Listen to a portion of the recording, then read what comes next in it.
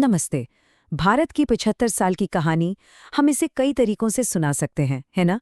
पर सोचिए, क्या हो अगर हम इस कहानी को उन लोगों की नज़रों से देखें जो इतिहास के बिल्कुल बीच में थे, लेकिन फिर भी अक्सर सुर्खियों से दूर रहे। जी हाँ, आज हम भारत के इस पूरे सफ़र को समझने की कोशिश करेंगे इसके राष्ट्रपतियों के जरिए, वो लोग जो हमारे देश की आत्मा के एक तरह से मूक साक्षी रहे हैं।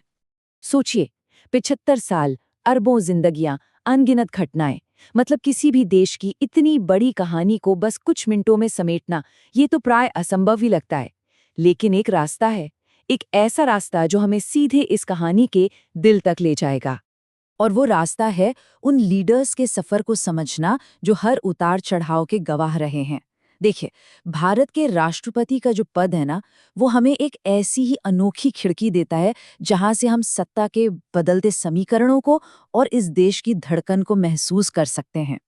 अच्छा, इससे पहले कि हम इस कहानी में आगे बढ़ें, एक बहुत जरूरी फर्क समझना होगा।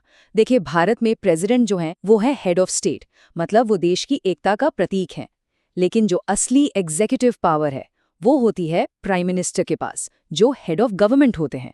और मजे की बात यह है कि इन दोनों के बीच का जो बैलेंस है ना, वही भारत के लोकतंत्र की पूरी कहानी लिखता है। तो चलिए कहानी शुरू करते हैं। चलते हैं आजादी के उन शुरुआती सालों में, जो उम्मीदों से तो भरे थे पर चुनौतियों से भी कम नहीं थे। ये वो दौर था जब एक नया देश अपनी किस्मत खुद लिखने निकला था। उस वक्त प्रेसिडेंट राजेंद्र प्रसाद और एस राधाकृष्णन के दौर में भारत ने अपने लोकतंत्र की नींव रखी। 1950 में हमारा संविधान लागू हुआ। फिर जो पहले आम चुनाव हुए, उसने तो पूरी दुनिया को हैरान कर दिया। राज्यों की सीमाएं फिर से तय की गई। लेकिन ये सफर बिल्कुल भी आसान नहीं था। 1962 और 1965 के युद्धों ने इस नए नवेले देश के हौसले का पहला बड़ा इम्तिहान लिया। और इसके बाद आया एक ऐसा दौर जो उथल-पुथल और बहुत बड़े बदलावों से भरा था। एक ऐसा दौर जिसने देश के सामाजिक और राजनीतिक, मतलब सोशल और पॉलिटिकल फैब्रिक को हमेशा के लिए बदल कर रख दिया। ये वो दौर था जब इंदिरा गांधी का प्रभुत्व था और प्रेसिडेंट वी गिरी, फखरुद्दीन अली अहमद और ज़ैल सिंह, इन सब ने इस उथल-पुथल को बहुत करीब से देखा। एक तरफ बैंकों का राष्ट्रीयकरण हुआ, 1971 की जंग में बांग्लादेश बना और हमने अपना पहला न्यूक्लियर टेस्ट भी किया। मतलब देश ने वाकई बड़ी छलांग लगाई।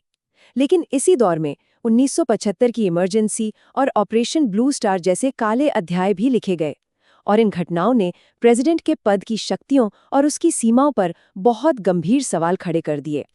अब हम पहुंचते हैं एक ऐसे दौर में जहां भारत की राजनीति और अर्थव्यवस्था दोनों ने एक बहुत बड़ी करवट ली। आप कह सकते हैं ये एक नए युग की शुरुआत थी। ये जो आप देख रहे हैं, ये भारत में आए एक बहुत बड़े बदलाव को दिखाता है।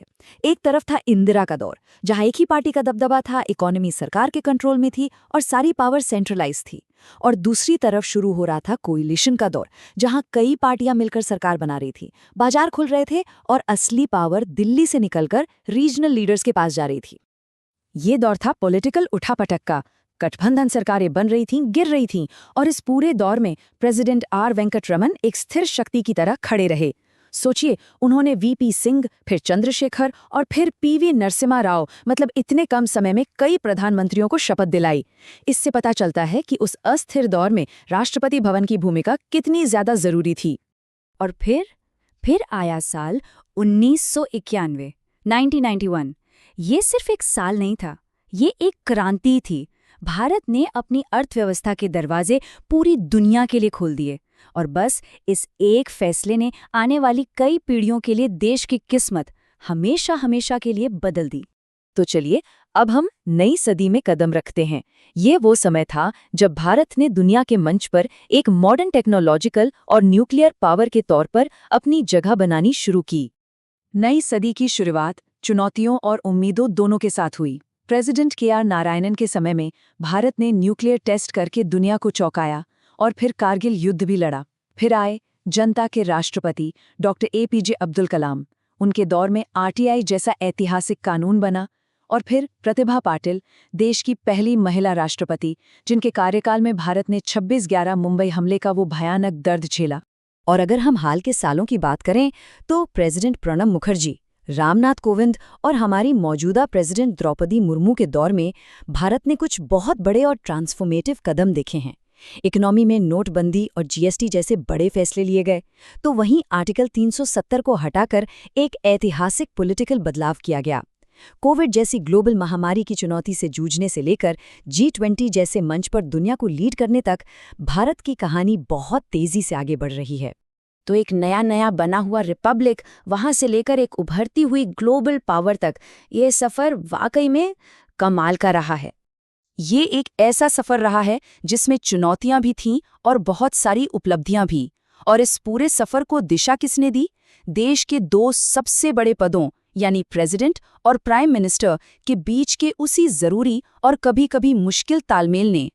लीडरशिप की ये 75 साल की कहानी आज भी चल रही है, ये खत्म नहीं हुई है।